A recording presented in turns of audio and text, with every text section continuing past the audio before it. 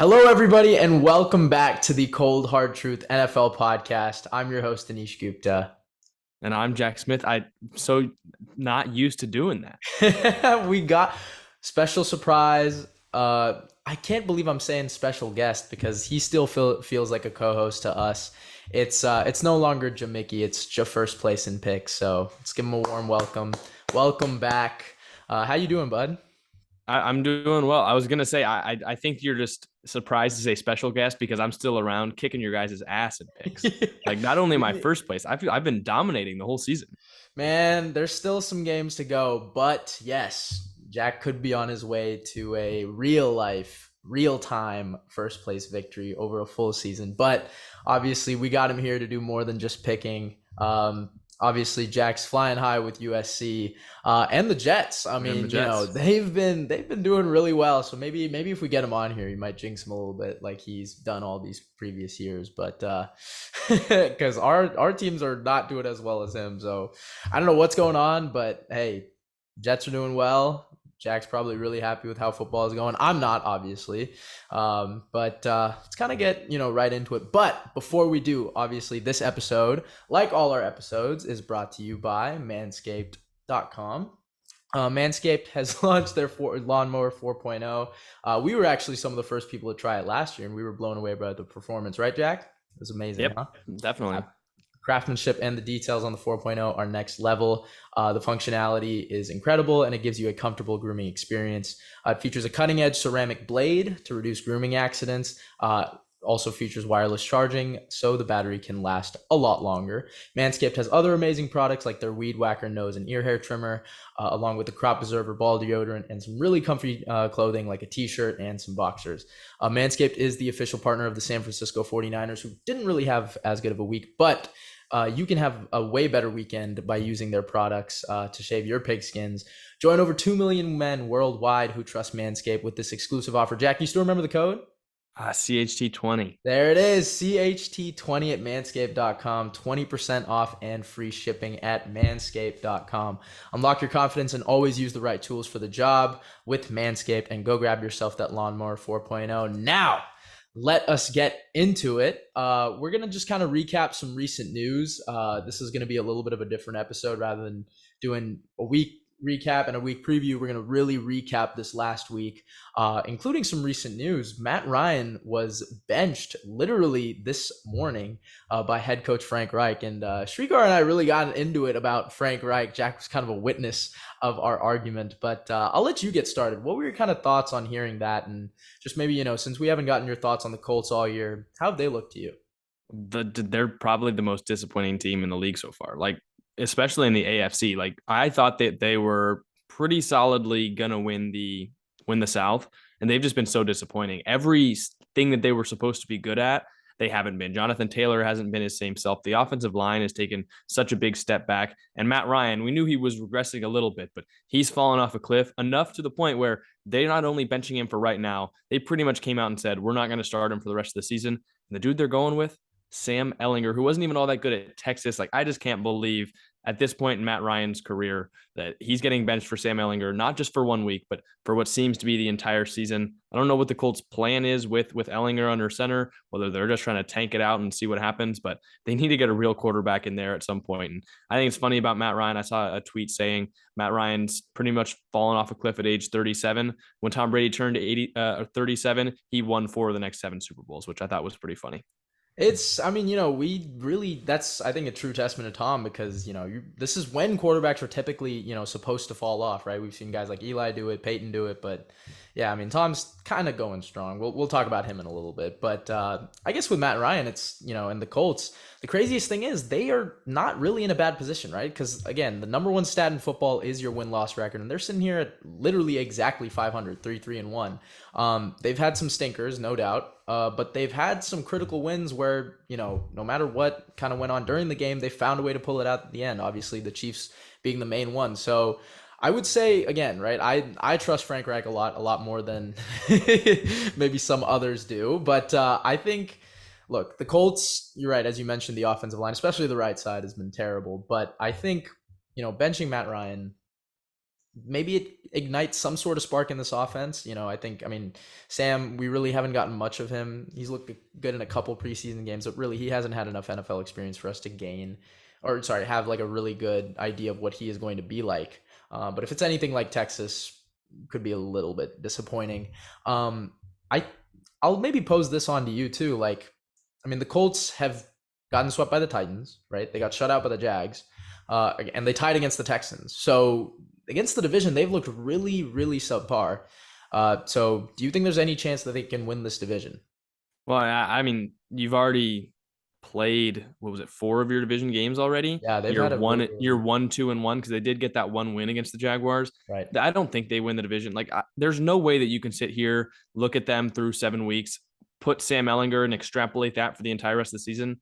Think they're going to win the division, and I don't think they're going to make the playoffs. Like, the AFC is too good for the Colts with Sam Ellinger at quarterback to make it to the playoffs. And you never want to discount Frank Reich. Obviously, Jonathan Taylor is known to blow up in the second half of seasons, but it's just they don't have a ton of weapons for Sam Ellinger outside of Michael Pittman Jr. and Alec Pierce, who's come on a little bit as a rookie. I just like what part of their performance through these 7 weeks, and also adding in the fact that Matt Ryan's not even going to be the starter anymore, makes you confident at all in the Colts so far.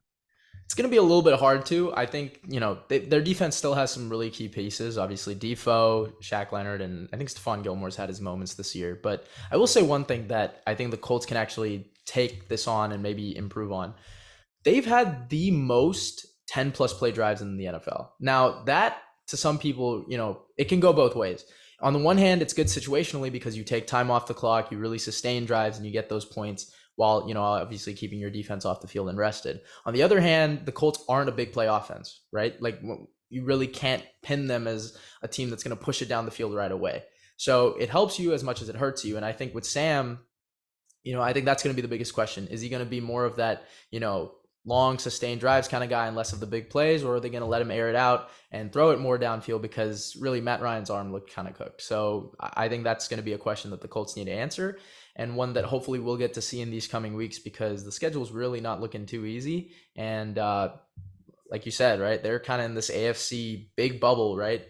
I think one thing about the NFL too is just there's been so many teams in this 500, one game under 500 bubble that anyone can kind of pop off or anyone can kind of drop down. And, the Colts are really looking like one of those teams that may not be the ones that we see come January. I think they run the same offense they've been running with Matt Ryan, with Sam Ellinger, where they're not trying to throw it deep with him, but he can make up, I think, a little bit for the offensive line playing poorly, where Matt Ryan's pocket presence this year is not great, and he has no ability to maneuver in the pocket or move or get mobile, which is what Sam Ellinger's calling card is. So I think they're making that move solely for the fact that if there is pressure, Sam Ellinger is going to be able to possibly escape it, where Matt Ryan's going down pretty much instantly. I mean, yeah, I agree. There are times where even you just want him to climb up, and he doesn't even have, he can't even do that, in the sense that, like, you get one hit on his backside and he's kind of already, throwing the play dead.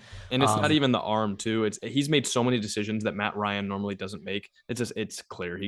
I don't think he's built to play quarterback in this league anymore. Throwing so many picks over the middle of the field, just not seeing defenders. It's not the same Matty Ice that we've seen for years. I agree in some way that, like, this offense doesn't fit him. I don't know if I'm necessarily ready to say, like, he can't play, but from what we've seen this year, sure. Especially with the age too, it's just going to be hard for him to find another role as a starter. So I think if in that regard, yeah, I don't think he's going to be, any one of the 32 quarterbacks next season. But I don't think I don't know if he'll necessarily retire, but you're right. Like, it's very hard for me to see a scenario where, a team doesn't, favor a younger guy over him. Well, one more thing I'll say is, how about the Falcons knowing to move on from Matt Ryan and Julio Jones, who since leaving Atlanta have done absolutely nothing? I'm gonna give some credit to Arthur Smith there with the Matt Ryan move, and also with Julio. That was literally two of the biggest things he has done since he has, been part of the head coach. He is a personal head coach, so he helps with a lot of those decisions. And yeah, you're right. It's been looking a little bit good for them. And hey, their offense, sure, they're 3-4, but a lot of those games were winnable, especially the Rams one, the Saints one that they blew the 13-point lead to. So this team has looked really good in pretty much every game they've played in. And yeah, you're right. Kudos to the Falcons on that one. Who's better, Falcons or Colts? Ooh, that's a good question. If they were to play, I I think it would maybe depend. I think I'd probably take Atlanta at home. I think I would take Atlanta at home. Maybe at Indy I would give Indy a shot, but you're right. I think the Falcons have looked more impressive in their games than the Colts have, because really I think the Colts have looked like there's been only one time that I've really been impressed with them, and that was two times. The game-winning drives that Matty Ice had against the Chiefs and the Jaguars, because they pull it out in the end. And it's ironic because all 3 wins they've had are game-winning drives by Matty Ice, but the 3 losses have also been really on him, and it's the same kind of coaster with Wentz that you had last year, right? He's responsible for the wins, but he's also responsible for the losses, and you're just kind of going around this coaster that you really don't want to run with. So that's kind of where the Colts are at. We're going to move on to Jack's Jets. We're finally going to get him on to talk about it. We were literally thinking about, we've talked about him too much, but we're actually going to bring on some somber news here. While the Jets moved on to 5-2, which again, nobody, and I mean nobody, could have suspected this. I mean, I don't even think Jack had them remotely close to 5-2 to start the year. We've got texts of him being like, season's over, man, after Zach got injured on August. But hey, they have looked really good. So this was supposed to be the hard stretch. Like I had them going like that's what 5-2, like towards the end of the season, not this harder stretch. Yeah, and you even asked me, right, like where I see this team potentially making the playoffs. Again, I think it still comes down to those 2. I think they need to get 2 out of 4 against New England and Buffalo. If they get those, I think they're pretty much locked in as a wild card team. But we're going to kind of recap this recent news that we heard. I believe it was earlier today, it got confirmed, but yesterday we kind of knew it. Breece Hall tore his ACL, the stud rookie running back who really was making a big name for himself, especially the last 3 weeks of the season. He had some crazy runs, especially, after the quote unquote catcher, once he got to the second level. While it is technically a big loss, I mean, the Jets just traded for James Robinson. They still have Michael Carter, who was a, pretty, I guess, good pick last year. We all kind of agreed on that. So I'll let you start off. How do you think the Jets run game is going to fare without Breece Hall? Do you think it stays the same? And, where do they go from here? I think they are still going to be pretty efficient, but I think you're going to take out that home run hitter aspect of the run game that Breece Hall has brought, that the Jets haven't had in a while. But I mean, he had a 62-yard touchdown run against the Broncos where he hit the fastest speed that any player has hit so far this season, until Kenneth Walker did it again in the fourth quarter of the Chargers Seahawks game. So I think you're missing maybe that extra level that Breece Hall, who was an elite running back prospect, will bring. But Michael Carter led the NFL, I believe, in broken tackles per carry last year.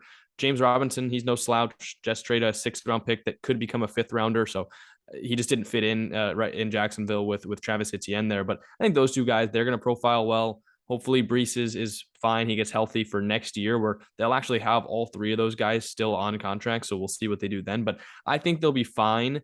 But with the way that the Jets have been passing the ball, I think the teams might key in a lot more to the run game, and they're going to try and put it on Zach Wilson. Now they don't really, I don't think, have to worry about the running back beating him for 60 yards, 70 yards. I think you're going to see Michael Carter and James Robinson churn it out. They'll probably split, a couple 100-yard games here and there. I think it'll be a pretty even committee, but I just think you're going to miss that big home run ability that Breece brought. I agree with you there. I think, and one thing I said when the Jets beat the Packers, right? I believe Zach had 110 passing yards on the day. Like, I think this formula that they have and what they're doing to, win games, where it really relies on the defense. And obviously the defense has been playing some of the best football I've seen the Jets play in like a long time. I just don't know that their offense is a winning formula that they can stick with. And I think changes do need to be made. And it's going to be hard to kind of do that this season. And you're just going to kind of have to ride with this formula and see how far it takes you. But you're right. That home run hit is a big loss in the sense that now you're going to have to rely on Zach to run more sustainable drives, right? These, bigger passes down the field. We've seen Zach struggle a little bit over the middle. He tends to panic a little bit in the pocket, and noticed a lot of that, especially against Denver. I don't know if you remember, like he would keep running back all the way on the right sideline and just would, try and chuck it back to the middle of the field. Dangerous throws that I did not like from him. So that's one thing that the Jets kind of have to be wary of. But I think James Robinson is a good add in the sense that he's a really good power runner. And at least on first and second down, you can establish, some key yards that you can get and more third and shorts rather than third and long. So I think that's where James Robinson would help. But in reality, the Jets still have this problem of can they, score a lot more than they need to, because they're going to face some teams that are going to put up, 27 to 30 points on them. And I don't think they can get to that level. I think you're seeing a lot of similarities that what we saw with Dallas with Cooper Rush, right? Like, they would hold them less. They would kind of score as much as they could. But once, a team like Philly scored a lot more, they just couldn't catch up in the end. Yeah, I think it's important for the Jets that Zach Wilson, he has made some bad throws, but his first time since 2010, the Jets haven't turned the ball over in 3 straight games. He's going to have to continue to, first of all, just not make the bad play, but he's going to have to start making some big plays.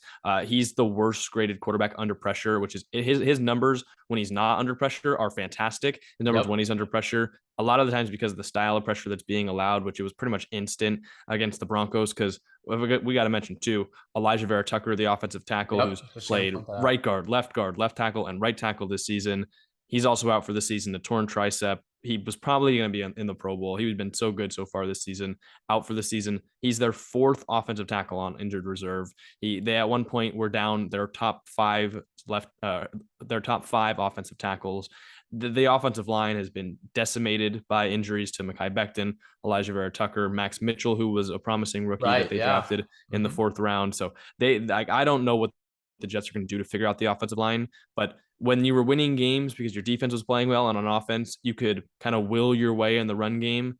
Now you're without all of your tackles and your running back. Like I am very nervous. I think the Jets lose this week to the Patriots, if I'm being completely honest, because I think Zach Wilson, I think they capitalize on some of the bad throws that Zach Wilson will make. And it's just when you lose so many players as a team, which I don't know why happens to the Jets every year. They are pretty much always the most injured team in the league. I don't know. It's going to be tough, but I think they sit at 5-2. If they can rally and Zach Wilson can improve and I think they need him to be average, not average for a rookie. I think if he'd be average in the league this year, they can possibly make a playoff run. And they're already at 5-2. I mean, he is 3-0 as a starter, but a lot of that was the run game. A lot of that's been the defense, which is playing like, I don't know. I don't even know where I'd categorize them, but the last couple of weeks, like a top 5 defense in football. I don't know. There's reasons to be excited about a 5-2 start, but this morning was a tough blow to the Jets losing AVT and Breece Hall. Yeah, I was going to quickly touch on AVT too, right? I mean, you and I have been talking about the Jets offensive line literally since we started this thing. I feel like every year we talk about the new guys that they bring on, or which guys are going to pop off. So it's good little nostalgia there. But you're right. I mean, it's crazy because it was finally clicking in a way, especially with the run game, right? Like the guys that they brought in, and sure, even without Mekhi Becton, who we thought was really a good player when he played. I think the injury concerns even came out to the draft just because of how big he was. But yeah, this unit was playing really well, and I think that is because they gelled together over time. They did less of this whole call reset, and I think they just added players that they needed and more versatile guys, especially AVT, who's really popped off. I know you're very happy about that as a USC fan, but I think yeah, just to touch on the Jets one more time, you're right. There's going to be some important games that we're going to need to see Zach convert those crucial third downs. The Jets need to win situational football on offense, and I think that's going to define their season. Yeah, it's a tough loss, but the season's not over. I mean, we should be happy. They should be happy. They're 5-2. It's just the injuries, they do suck. Definitely. Well, let's switch on to a different conference who does not have as many 5-2 teams or great teams that we can really look to. I mean, hell, literally 3 of the best teams are in the NFC least, who we've been calling the NFC least for the last 5 years. But, the teams that we did think were going to be really good, and I know we kind of touched on this, Streetcar and I did a couple weeks ago, but we've got to talk about it again. I mean, the Bucks and Packers, 2 teams that, everybody kind of expected to be top 3 seeds, are sitting both under 500. This is Tom Brady's first under 500 start, literally since before both of us were born in 2002. So obviously, the Packers fell short to the Commanders 21-23, and the Bucks got literally manhandled by the Carolina Panthers on the road by PJ Walker, and that Panthers defense got shut out literally till the 4th quarter. So I'll maybe throw it on to you. How about this? I'll throw it this way first. Which team has been more disappointing to you, and which team do you have more faith in to turn it around? I think I'll start the Packers are the most disappointing because at least the Bucks have looked good at some point. Can you point to a game where the Packers have looked good? That's actually been a topic we've been talking about, right? Like, especially with the Rams and the Bengals, I had said this too until this week, but we'll talk about Cincy in a little bit, right? Like all these good teams that we had coming in, a lot of them have not looked good at any point in the season, and that's why it's so concerning to us, because it's like, everyone just says, oh, it's a good team. They've got this guy. They've got this guy. They'll turn it around. And, obviously we can only put so much faith in Aaron Rodgers, which is what we continuously do. But I mean, it's the same kind of thing each week, right? Like they get into this conservative style of play and they're just not pushing the ball down the field. I mean, literally until the fourth quarter, Alan Lazard was the only wide receiver to have a catch for the Green Bay Packers. I mean, like that's just blasphemous to me, right? Like Rodgers had 97 yards going into the fourth quarter, right? So these are just things you're not accustomed to seeing from a Green Bay Packers team. And, again, when, push comes to shove, this team does not step up to the challenge. So I'm with you there. I think at least the Bucks have looked good at some point, and it's ironic that these two teams played and couldn't score a point against each other. But yeah, I think the Packers' losses recently have been just really bad, especially situationally against like teams like the Giants. Obviously, the Commanders on a big third down, they had Terry McLaurin convert it on Jair. I mean, everybody on the Packers has been, a little bit subpar, but again, I think it just comes down to the energy that this team is playing with. I mean, you looked at, the Jets sideline versus the Packers sideline when they played. One team was playing with, we're playing with the fire that, hey, whatever happens, we're going to go all out there. And I think the Packers are just playing with this, we're the Packers. We've been the number one seed the last 3 years. We'll be fine. And I haven't seen a sense of urgency from them. And I hate to say it, but I feel the same way about Aaron Rodgers. Like I don't think that Aaron Rodgers is very passionate about the way that this season's going, about the team that he's playing for, about football in general. Like it just does not feel like the same Aaron Rodgers. He does not. I don't see that competitive edge outside of when he's just yelling at his own receivers for not doing well. And right.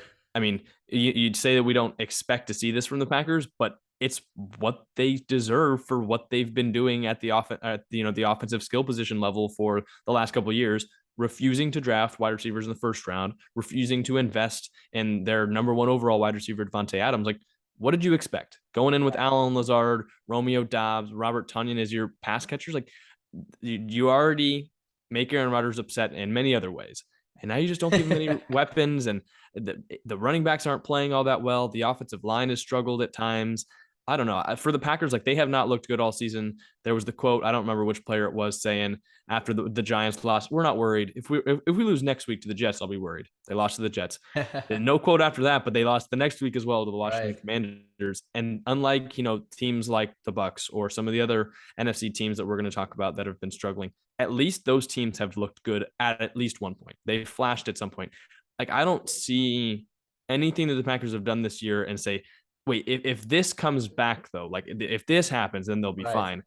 And it's not like they've got reinforcements coming, and that can be said about a lot of these NFC teams that are struggling. Like it's not like they're waiting for someone to come back from injury. It's not like Devontae Adams is hurt right now. He's gonna be a Packer soon. Like there's no cavalry coming. They need to figure it out themselves. And honestly, I don't really know how they're gonna do it. I don't know how some of these other teams in the NFC are gonna pull it off.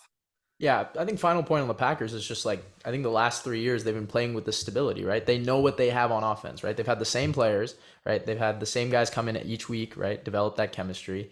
And, it's pretty much an entire new receiving group aside from Alan Lazard, the guy that, was a number 2. And Aaron Rodgers didn't even trust him on that crucial third down in the playoff game versus SF. We all remember that 3rd and 11. So, I mean, he's been he's really been the only guy showing up, and kudos to him. But again, no other receivers getting a catch. Like that's just weird to me. And I'm gonna throw another comparison out there, right? I mean, Patrick Mahomes lost his best receiver, right? And I came in thinking, okay, I'm not worried about both the Packers and the Chiefs because I assumed that both the quarterbacks were gonna pick up their new guys and like throw them open or teach them certain caveats about how their scheme works. Yeah. And that's exactly what Mahomes has done. You've kind of seen that with any of the guys, right? We just saw McCole Hardman go for 3 tutties. MVS have 3 catches for 111. Juju back-to-back weeks with 100 and a touchdown. Like these guys have been producing in different ways that are contributing to wins. And then for the Packers, it's completely the opposite, right? Like these are all young guys who've got a bunch of potential. I mean, none of them are showing out the way that at least the Chiefs have been able to utilize them. And I don't know how much I can put on LaFleur on that. I don't know how much I can put on Rodgers on that, but I think both of them need to be called out and need to make something happen.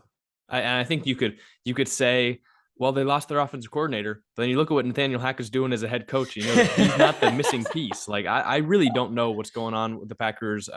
Same thing with the Bucks. I mean, it's the offensive line. Like with if you're having not washed, but an older quarterback, which Tom Brady's clearly different as an older quarterback. But if you have an older quarterback and you don't have a good offensive line, like you're going to be very limited. They cannot run the ball quite as well as they have in past seasons. Leonard Fournette, it just really, it's not his fault. I don't think, but they're just not a great rushing offense. They're throwing the ball tons of times, but Tom Brady still couldn't throw a touchdown against the Panthers, who just fired their coach. They're playing against PJ Walker. I think if you only allow 21 points and you're the Bucks, you think you can win most games. But Oh yeah. like some of these, I think for the Bucks, if for the second part of your question, like if they're going to turn it around, one of those two teams, it would be the Bucks. But I don't know them, the Packers, the Rams, Cardinals, Niners, all 500 or below at this point in the season.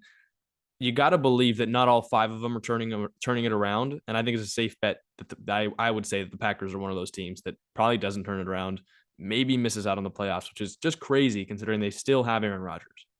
I think it's crazy to even think that like out of those five, I genuinely think only two will make it. Yeah. And like that's absurd, right? Like these were supposed to be maybe outside the Cardinals, but I think the other four were supposed to be locks coming into the year, right? That you kind of looked at the NFC, right, who was much less competitive than the AFC, right? We had a little less of a timetable on that. We kind of knew, right? Like okay, the Bucks will win their division, the Packers will win theirs, or at least get in as a wild card if the Vikings make it. Right? And the Bucks still will. I mean, the Bucks are 3-4 and still leading the division. So and that's I think why I agree with you in the sense that they'll turn it around.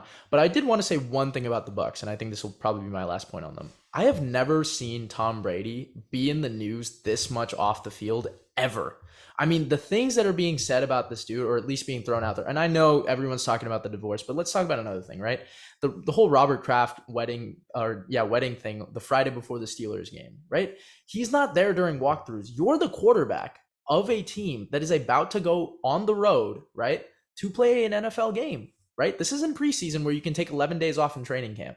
This is the real thing. And he's yelling at his offensive line. And sure, as an offensive lineman, I heard Jason Kelsey kind of talk about this on the pod, right? Yeah, if it's Tom freaking Brady, you're going to let him say it. But like at some point, where are you, bro? Like you've also got to be with us, playing at this level. And I mean, yeah, you can point to the Mike Evans drop. You can point to the receivers not really doing their job. And I know Chris Godwin's been hampered with some injuries, but at some point too, right? I'm just looking at Tom. I mean, his body language after a certain pressure or a sack, it's very different. Like, Tom has always been that disciplined, focused guy who you never heard of stuff off the field, right? He just does his thing on 10 o'clocks on Sundays, gets the job done, right? That's kind of how it was in New England. And I think in Tampa, sure, we've seen a little bit more of this, personal side to him. But this year, it's been a lot more negative than more of this funny Tampa Tom guy, right? And I think that's contributing in a little bit of a way. Because the Bucks defense has played, I guess up to par in some weeks. And sure, the Chiefs game was disappointing. You can maybe point to the Panthers game too. But when you're Tom Brady in your first 9 possessions, it takes you 9 possessions to get a field goal, right? Or I think 8 or 9, something like that. But I mean, you get the point, right? That's not really how it's supposed to go. You're not supposed to punt every possession before the half. But yeah, I think we both are in consensus that the Bucks will probably turn around. The Packers, we might have to start talking about them not being in the top 7 come January. Well, it's not like Brady's always been out of the news considering he was suspended for cheating at some point in his career, but yeah, fair enough. At least he came back and won football games. Like, right. That's the difference. He won a Super Bowl that year. So I mean, it's just weird that they fully healthy, Mike Evans, Chris Godwin, and Russell Gage, and they still didn't score a touchdown. I can't believe that happened in a Brady-led offense. That being said, it's Tom Brady, and you never want to go against either Rodgers or Brady. But you just look at some of these teams in the NFC, and we knew it was weak, but just the fact that Packers, Bucks, Rams, Cardinals, Niners, all 500 or below, and those 3 last teams, Rams, Cardinals, Niners, are letting the Seahawks sit at first place in the division. It's just wild to me. I mean, yeah, I'm going to ask one thing too. Do you think there is any possible way that the Bucks get overtaken in the division? If it were going to be someone, it would be the Falcons, and right. I don't think it's going to be the Falcons. Yeah, so like you're asking me to pick between Mariota and Tom Brady. I'm not dumb enough to pick Mariota at this point in the season. It would be fun. What's crazy? We could say that now, and like by week 18, if that happens, I mean, like it's just been that kind of year, I mean, it really has. And I mean, yeah. Speaking of Seattle, right? A lot of people came in into this year. I even saw a couple football TikTokers have them go 0-17. Let's kind of dive in a little quick note on Seattle. I thought they were going to do better, but I did not expect this. I don't think anybody could have expected them to play this well on both sides of the ball. And Shrikar alluded to it when they traded for Russell Wilson. They came out, this is, mind you, this is after getting fleeced from Jamal Adams, right? They came back, got 2 first-round picks. They got an additional day 3 pick.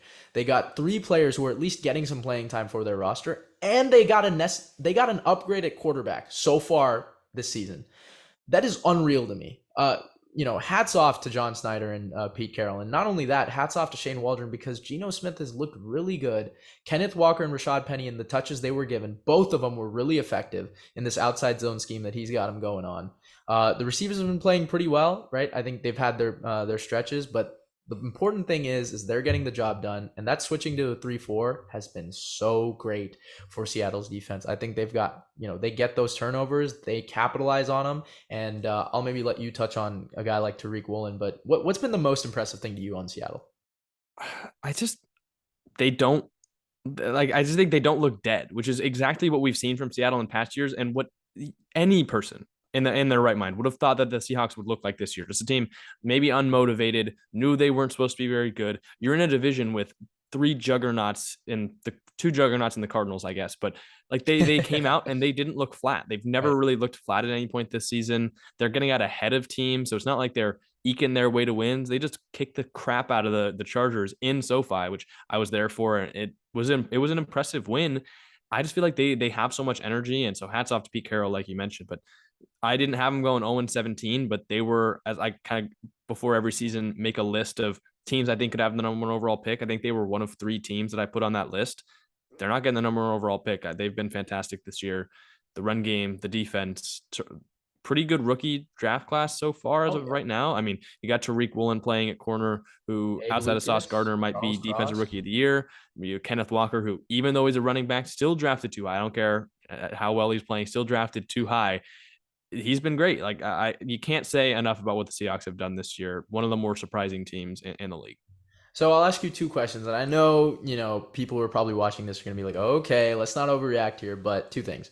1, do they stick with Geno next year? I'm not saying pay him a big extension, but do you think they stick with him next year? And 2, can this team really make the playoffs and win this division? No, I don't think they win the division. Yeah, I think Geno is their quarterback next year. I really wouldn't be surprised. And I would not be surprised too if Geno tries to leverage, the fact that he's going to be a free agent on the open market and just had a great season to potentially leave Seattle as well. Like I think Geno might actually be somewhat of a commodity on the free agent market, where you never really see quarterbacks hit free agency coming off of good years or really at all. So he could try and sign a couple year deal somewhere outside of Seattle. But I think you look at the success he's had this year, it's not fluky. He's made some just crazy big time throws. He's throwing dimes. Saw it live in person. He's legit, I think, which is just crazy to say about Geno Smith, who I remember being at a 49ers game with Shrikar a couple of years ago that went to overtime on Thursday night. And we were like, who is that out there doing the coin toss? And they just sent Geno Smith out to do the coin toss, backing up Russell Wilson in overtime. And I was like, okay, this is what Geno Smith does in his career. He's just, he has fun. He flips, he does the coin toss in overtime. Now as a starting quarterback, he's one of the better quarterbacks in the league so far. I mean, hey, year 8 breakout. I don't know, man. It's crazy to even think about. Or year 9, I think. But look, I'm with you here. I think I'm not keeping them out of this winning the division thing. I think the NFC West, all 3 other teams. First of all, the Rams have not impressed me in a single game. Like no. And that's crazy to me because you know how much I love Sean McVay. I thought they were a lock to win the division, to be completely honest. Coming into I did too. I mean, I didn't really think there was any way I saw, like, maybe SF, but I didn't think that. I really just kind of shot it down every time I tried to think about it. SF, again, is just up and down. You're not getting a consistent thing with them, right? They'll have some impressive wins, but they'll also have, a bad loss to Atlanta, and then they just got, blown up by the Chiefs.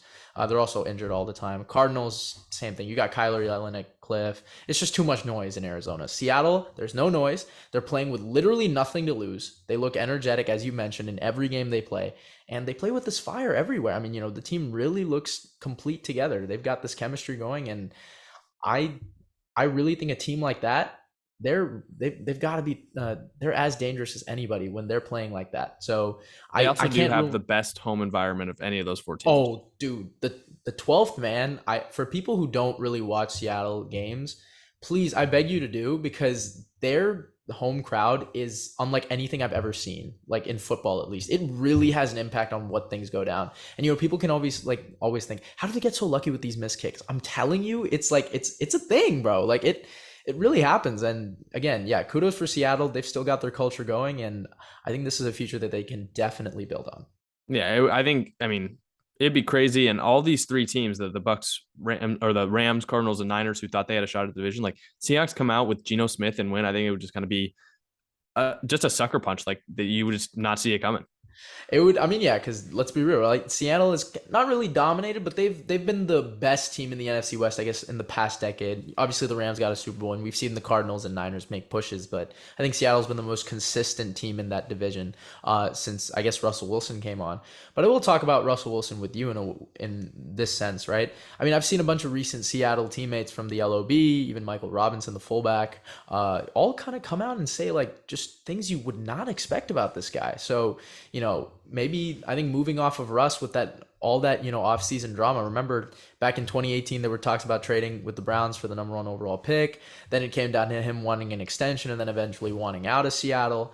Do you think that's also played a part in just the team is more focused in, right? Less outside noise. No one's really talking about Seattle in a bad way. There's nothing to talk about with them. They're just getting the job done.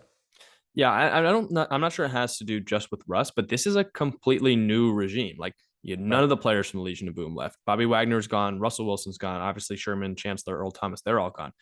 Pretty much Tyler Lockett's the only guy that's still there. Dwayne Brown's gone too, the left tackle. Yeah. Chris Carson's gone. Like pretty much it is just Tyler Lockett and Pete Carroll and those guys in the coaching staff. So I just think it's a new guy. They came in fresh. I don't know what they were eating this offseason, what the coaches were telling them this offseason, but it worked. Their offseason plan, I think, has worked to perfection. On the Russ side, I think all of that stuff was hidden when they were winning games. And now that he's not winning games, and now that, some of those guys aren't teammates with him anymore, they don't have to go out and play with him every Sunday. Like some stuff's getting revealed.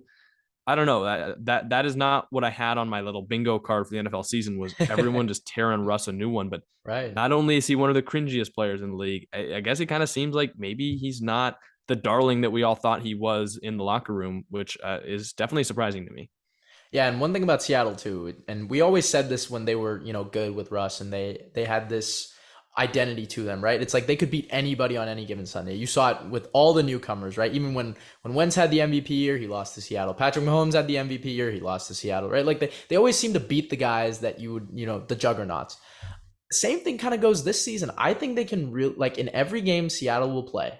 I think they've got a chance to win any game, and I think that's something you really can't say about a lot of teams. And I mean, the 3 losses that they've had, New Orleans, Atlanta, and the Niners, I think the only game that they've really not impressed me was SF. So keep it going, Seattle. Overachieving as as I kind of anticipated, not to this extent, but I'm glad I'll take for a season that really has not gone right for me at all. I will take my little golden nugget here.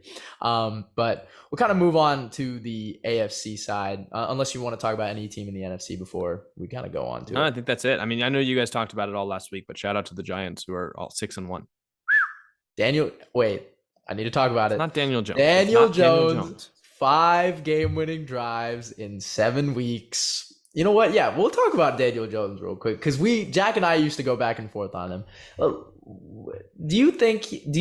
By the way, I don't give you any credit for this because you were off Daniel Jones earlier this year. Just So a little bit, but hey, this is what I kind of remember when I was saying like if he's with Saquon, I think that's a tandem that could work. And yeah, I think it has been working in the sense that they don't have receivers, but they're just playing this unique style of football that is winning games. And when push comes to shove and they've needed Danny to get that first down that they need, or, to score down, 4 with 5 minutes to go in the fourth quarter, he's done that. So I'll maybe pass on. Do you think he's earned himself another year in this offense?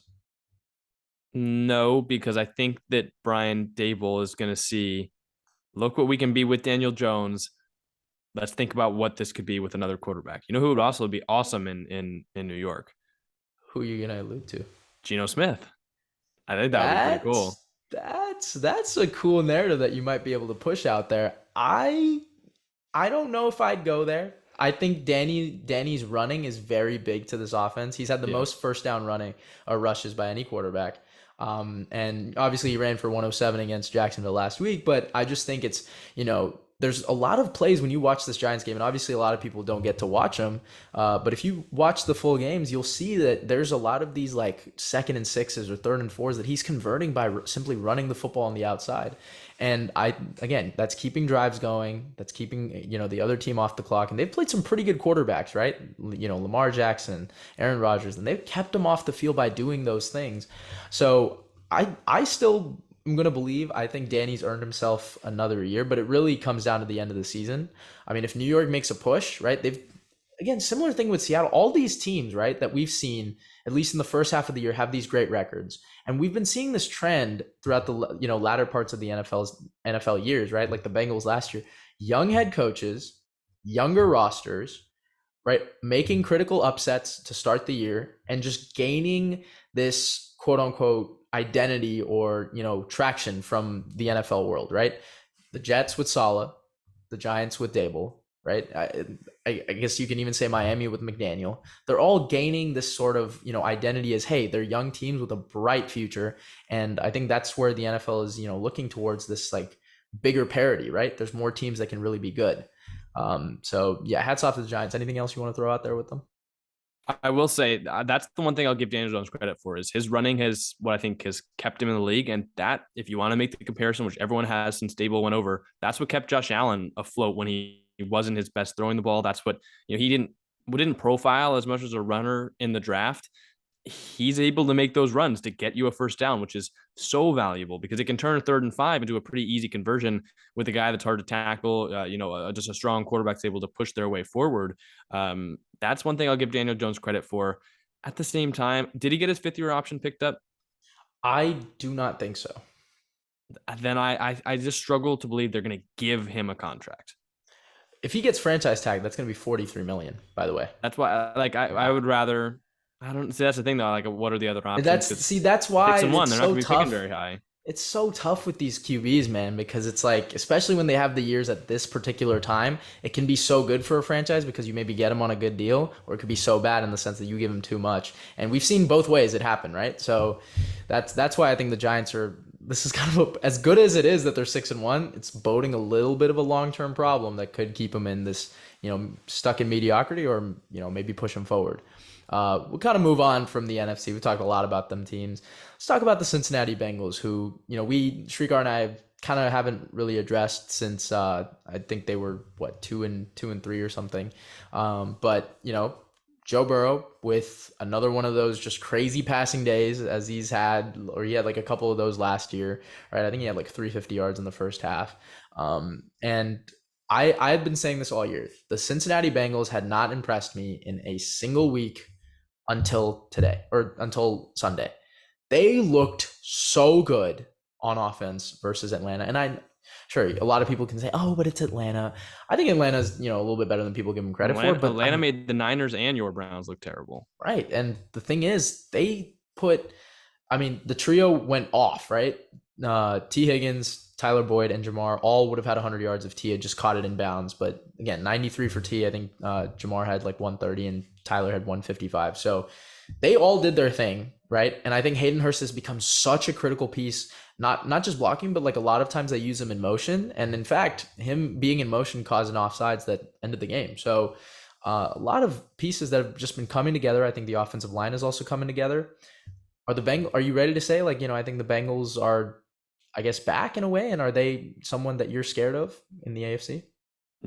Yeah, I don't know if this is a hot take, but right now I'm putting the Bengals 4 right behind the Eagles, the Chiefs, and the Bills. Like, I think that right now they're probably the 4th best team in the league. And I don't think it's because they were a bad team, the way they were playing poorly early. I think everyone kind of agreed Zach Taylor was severely limiting the capacity that the offense could produce. The defense was still playing well, but they were just too committed to running the ball. They were so predictable. I think he's realized after being 2-3, like, my best asset is Joe Burrow with Jamar Chase and T. Higgins and Tyler Boyd. And he's let Joe go out there and he's let him sling it. it's been so pretty the last 2 weeks. I mean, Jamar Chase has been going off. Joe Burrow's been going off. The defense is still a very good unit. Like earlier in the year, I would have taken the Bengals defense over the Bengals offense in a heartbeat. Now I think they're both performing well. I think on a neutral field, they could go out there and beat teams like the Vikings. I think they beat the Cowboys now after losing them earlier in the year. I think they beat the Jets, beat the Giants, like all these other teams that have better records. I think that the Bengals go out and beat them. It would be a tough game against those three teams, the Chiefs, the Bills, and the Eagles. But I think right now I'd slot them in as probably the fourth best team in the league as of right now. That's a little bit. I didn't even think about it like that. I'm very high on the Vikings, so I think it would be a little bit close. I wouldn't be too sure. I just think, I mean, yeah, the Vikings secondary might be a little bit of a problem, but I don't think it's, that far away to say that they're the best. And their three losses have all been by exactly 3 points, all been by exactly game-winning field goals. So though they haven't impressed me, at least their losses haven't been bad losses, right? Like in the sense that they just, got absolutely blown out. And I think their offense is going to always keep them in games. They're always going to have those really impressive drives where we say, hey, Cincinnati's looking like Cincinnati. I am scared about this, though. I think they're still going to be targeted throughout the year, right? They're the reigning AFC champs. And I think it's going to be a race with Baltimore. I think Baltimore is going to keep it pretty tight. And I think we're going to see a little bit more of that against Cleveland, too, on the road. I think it's going to be we're going to get to see them again in prime time, right? This new look Bengals. Because last time we saw them was against Miami on a Thursday night. And again, I think we can all agree if Tua was in that game, the Dolphins would probably win closer. that. It'd be closer for sure. Yeah.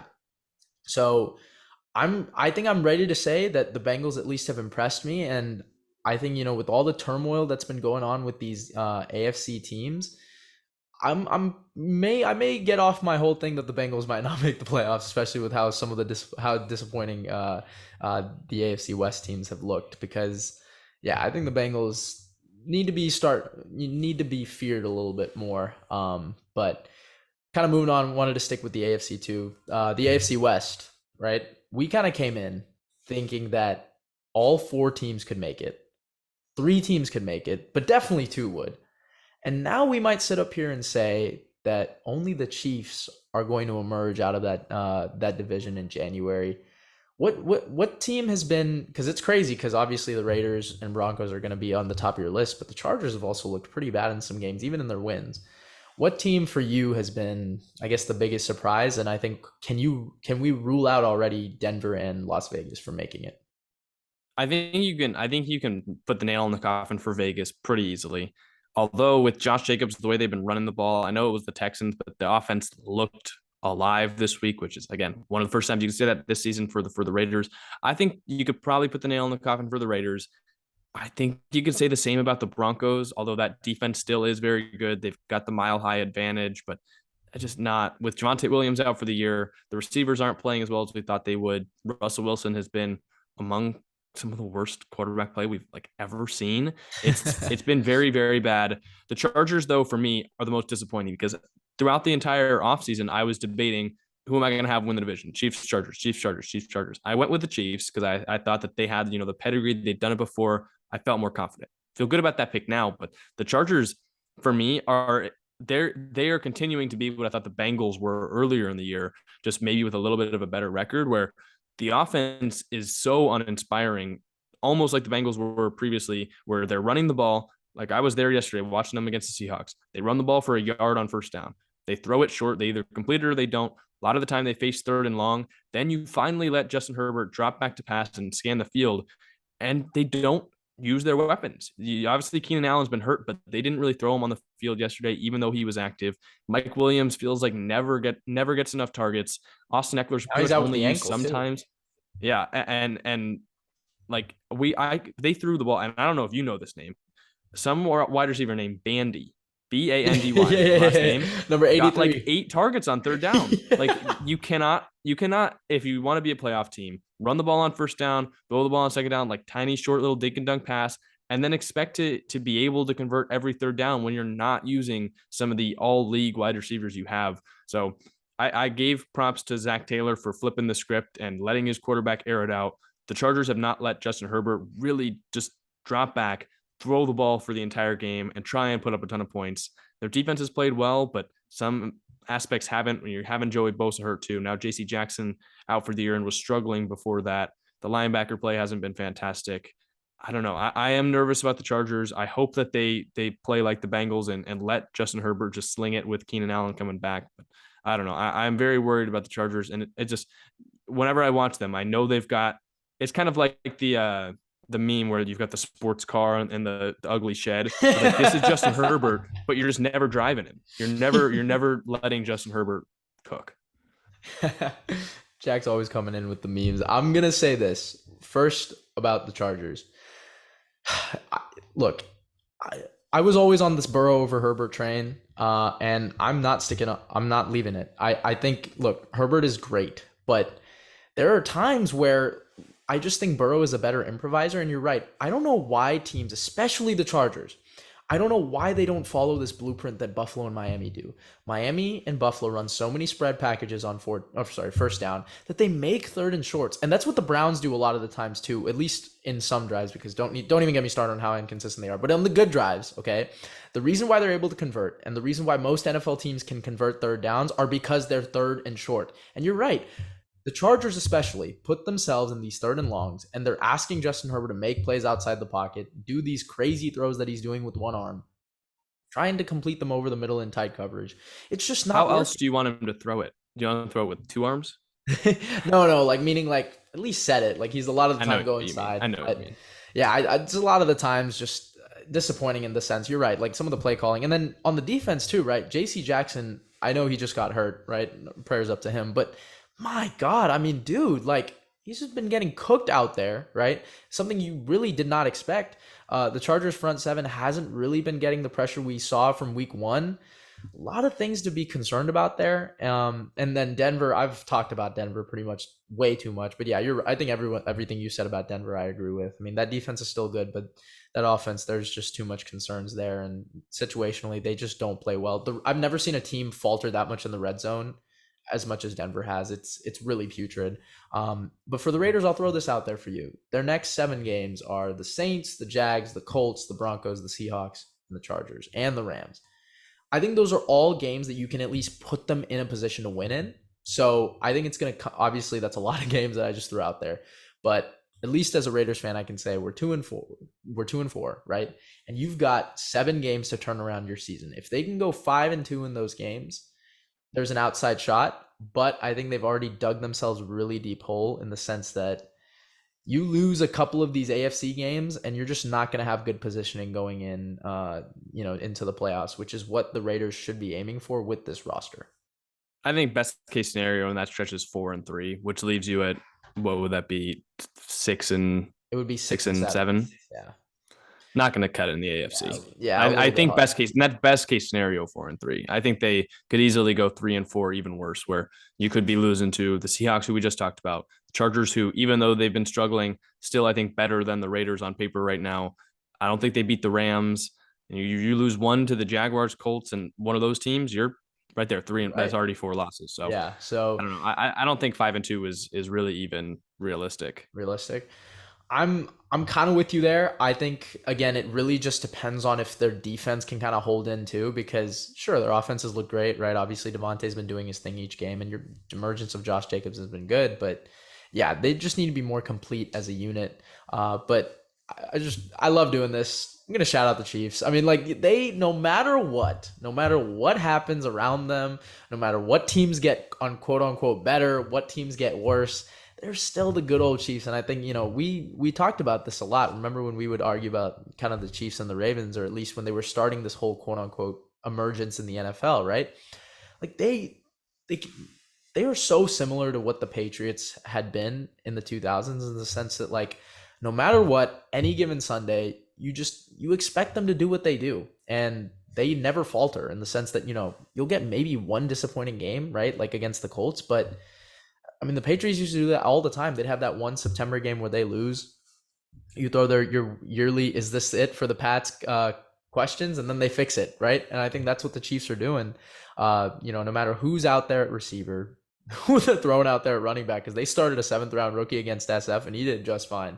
So, kudos to the Chiefs there. And I think it's really crazy that we could be here with one AFC West team in the playoffs And I'll even throw this out there too, because nothing is better than having Jack and I talk Browns football, because Jack loves to talk about them. I'll just throw this out there: the Browns are 2-5, right? And leading team in the AFC North is 4-3. I think you're seeing a lot of that with the AFC divisions and the NFC divisions. They're just like 1 or 2 games out, and these stretches can really change it. And two divisions, the AFC East and the NFC East, two teams or two divisions that we've called the least, are the best divisions in football. So that is just crazy to me. Well, yeah, both the NFC West and the AFC West were supposed to be like the clear de facto 2 best divisions in football. They're getting outclassed by pretty much every division outside of the NFC South so far, maybe even the AFC South too, because pretty much it seems like every division is like playing poorly. I think because all the wins are consolidated in Buffalo, Kansas City, New York, Dallas, and Minnesota. Like it's and Philly, obviously, but it is really weird. The NFL season, I feel like this is what we want. Like this is the disparity that we want to see. Where 100%. same thing in college football too. It's like I feel like anyone can go beat anyone at any given point outside of a select handful of teams. So I think it's really fun to watch with the Chiefs. The point I'd make about them is they use their weapons. They use their good players. Like you rarely ever see them go a game without funneling Travis Kelce targets, even if it might not be the best game plan. They know Right. that those are the most likely guys to make a play. You don't see the Chargers do that. You see games where Mike Williams has 3 targets. Austin Eckler doesn't get really utilized all that much, and they get behind, so you can't use him as often. Or you look at the Raiders, and there were games earlier where Mac Hollins was getting more targets than Devontae Adams. Darren Waller hasn't done anything this year. Hunter Right. Renfrow Yeah. isn't showing up very much outside of Josh Jacobs. Like every weapon outside of a couple games from Devontae Adams has been disappointing. And then the Broncos, I mean, when your offense is so inept that you barely have any plays, it's hard to get the ball to your weapons. And they've had Javonte Williams go out with injury, but like there's just so many teams that you look at and it's like you have these just amazing weapons on the outside.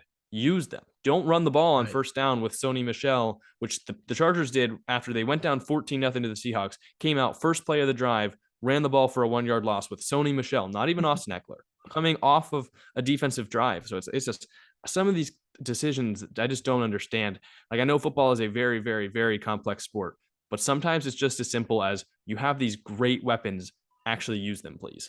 I mean, yeah, a quick thing on the Chiefs too, right? They put the ball in Mahomes' hands, and pretty much Yep. every loss you can say is, hey, it was, Mahomes made a mistake, but the reason why he's so good is he wins a lot more than he loses. And I'm with you there on that. Like, hey, maybe one day I'll be a play caller and I'll take in your advice. I'll use our playmakers. Because Any wouldn't you rather lose with your all-world quarterback throwing an interception? Patrick Mahomes against the Bills. He threw a pick. It wasn't the best throw. That's why they lost, is they couldn't complete that last drive. But look at the last couple of years against the Bills and some of the plays that he's made. Yeah. Would you rather lose with Justin Herbert throwing a pick or Joe Burrow throwing a pick, even Derek Carr to a certain extent throwing a pick, than just really not trying to use your weapons, not trying to let your gunslingers go out there and cook? Like all the conversations with Russell Wilson for a while is they didn't really use him. Again, we've seen what Russell Wilson has been now, but back in the past, he was fantastic. You just sometimes you trust the quarterbacks. You live and die with the sword, and it's going to Right. work sometimes. It's not going to work some other times, but for the most part, if you have these top 5, top 10 quarterbacks, like you're talking Lamar Jackson, Joe Burrow, Justin Herbert, you put the ball in their hands, they're going to make plays against teams that you should beat, which you look at Chargers, Seahawks, games that they probably should win. The Bengals, when they played against the Cowboys, if you put the ball in Joe Burrow's hands like you have been the last couple of weeks, guarantee you're winning that game too. So it's tough, and I know that it's hard for coaches to make decisions with all 11 guys out there on the field, but a lot of teams have that one guy that's a game breaker that you just got to trust it, and it might not work all the time, but for the most part, I think it would.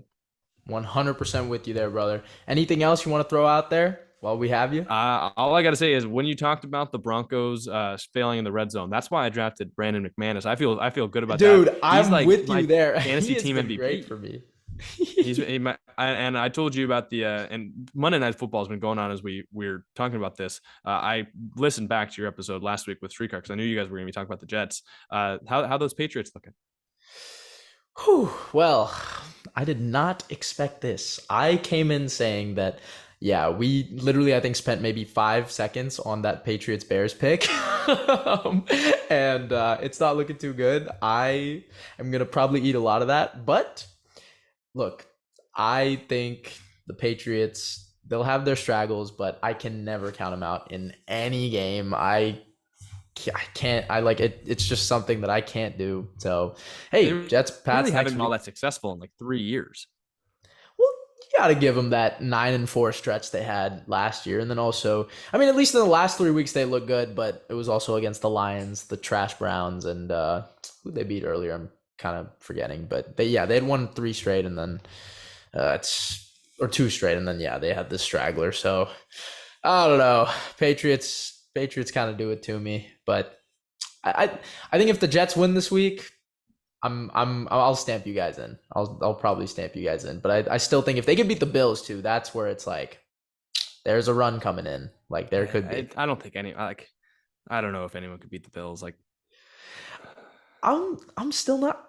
Chiefs were missing both their corners, man. I think in a rematch, unless it's at Buffalo, because that's the first time we haven't seen them play at Buffalo. And dude, I don't think we've ever seen Mahomes and Allen play at Buffalo. So I think if it's at Buffalo, give me the Bills. But if they play in Kansas City again, I'm going with the Chiefs. I'm sorry. well, if they play in the playoffs again, that's the way it's worked. Is they beat them in the regular season, but they can't beat Kansas City in the playoffs. That's the narrative that they got to dethrone, right? I think if they beat Kansas City, it'll be very hard to pick against them for a Super Bowl title.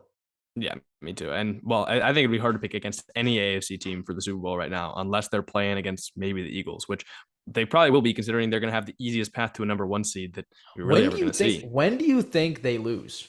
I was listening to like a PFF podcast the other day. Like they thought maybe like end of November, and I wouldn't be surprised at all. That's such an easy stretch. Because a lot of people thought it was going to be to Green Bay, but based on how we've seen Green Bay, I mean, like, look, I'll just throw them out there, right? Okay, so they've got the Steelers this week at home, W.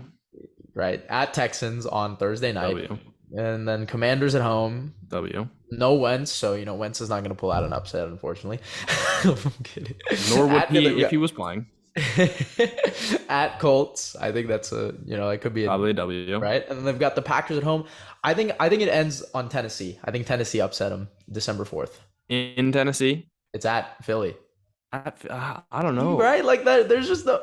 I mean, maybe at New York, right? Like maybe the Giants shock the world and do it, but that would be really cool. But there's no way they go 6-0 in the NFC East. I don't think they go undefeated for the year. I think you lose an NFC East game at some point. I think it's going to be the Giants one. If anything, that could be possible. I don't think. Let me guess. They play by chance. Do they play Dallas to end the season in Dallas? They played Dallas December 24th. So no, 2 games before week 16. But because I feel like they always end the season versus Dallas. Yeah, they always keep it late. I feel like they always know it's going to come down to those two. But yeah, Dallas really hasn't impressed me a whole too much. I'm still on this train that I don't think they're a team that you should fear. But the Giants, I think, finally have gotten my radar. Whew, Philadelphia, man. Kudos to Nick Sirianni. I'm happy on that. And then Jalen Hurts. That stock we invested. Looking good. Yeah, I got a little hesitant. I'll say last year after his rookie year beating the Saints, and I was high on Jalen Hurts last year. I thought he disappointed a little bit. This year, I mean, he silenced all the critics. Shout out to Philly sports fans. I don't think there's the happier city right now. Oh my God, the Phillies too. Yeah, how about this? Since we've got a true baseball expert here, give us a World Series prediction for you. You'll have to listen. Ryan and I record. That's going to be how we shout you out. Please. That's a plug. Yeah, go listen to a Please Double tune Play in podcast. to Jack and Ryan's Double Play Baseball Pod. Love checking out their TikToks too. It's great entertainment for me. The Guardians almost had it against the Yankees, unfortunately. At least Ryan picked them out in his bracket, so big shout out to him. I picked the Guardians to beat the Yankees too. Not going into the playoffs.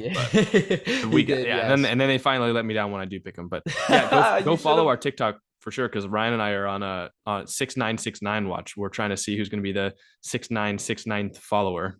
Hey, please go follow it. I'll leave it down in the description below, because this has been our podcast brother, man. Like it's we started this thing in a damn what do you call it, like little studio closet with a mic, right? Pretty much a closet. Yeah, and look where we've come. So it's my brother right here, and in 2 weeks when Cal football beats USC in the stunner of the year, we'll have him back on. Are you coming? Dude, I will let you know on that just because I finished my It's 2 another midterm. 7:30 p.m. kickoff. I'm Is it so tired. really? That's USC's third 7:30 kickoff out of 5 home games so far. That's crazy. Yeah, you Yeah, guys have had a it lot of. sucks. You guys have had included. You also had a night game against Oregon State too. So Yeah. you guys have had a lot of these late games. I mean, hey, we had a little ESPN moment last weekend. I was actually you could see me in my little windbreaker cheering us on when we Yeah. had a touchdown, but yeah, it didn't really.